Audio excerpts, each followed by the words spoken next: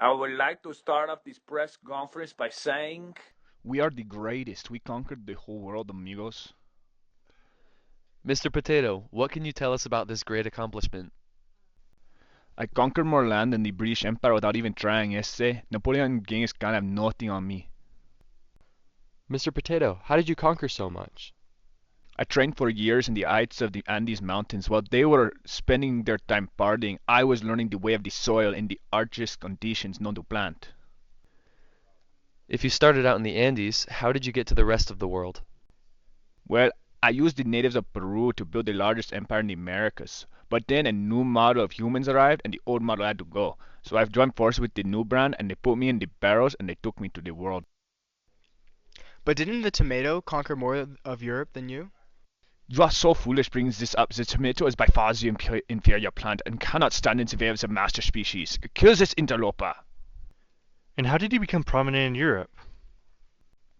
At first it was very hard. I was hated and persecuted by these pale humans, but it was mein Kampf. Then Big Freddy, or Frederick the Grosser, he tried to spread me, but the people would refuse. He proceeded to use the German art of psychology.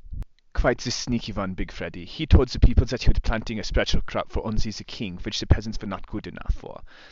Even he guarded my fields with his biggest and strongest guards because he knew my worth. Big Freddy told his guards not to do their jobs well, something the Germans were not good at, and the peasants would then take me and use me to conquer the Reich for the glory of the starch. What can you tell us about your story in Ireland? The Irish knew a good deal when they saw one. Their land was dominated by the English Ulster Lords who forced Irish people to work smaller lands. It meant they were needed, the best crop when it comes to calories per acre. Many Irish people worked with the Spanish who brought me to their shores. They worked together because they were fighting against the dirty English who never had the good sense to make me their dominant food source. They held on to that disgusting grain instead of the humble and virtuous potato such as myself. The Irish and I had a good thing going, but when the bleeding plague showed up, the English tried to move the Irish off the potato standard. The audacity, am I right? The English allowed over 1 million Irish people to starve to death while my cousins died. Okay, thank you. Do you have any last remarks? I'd like to take a moment to apologise. To absolutely no one. I'm still dominated, undefeated champion Ireland, and undefeated champion of the world. wait. And just so you remember, I am the people's champ. When you smell what the potato is cooking, you'll see that your grocery stores and fields is just a start. We'll bring peace, justice, and security to the galaxy.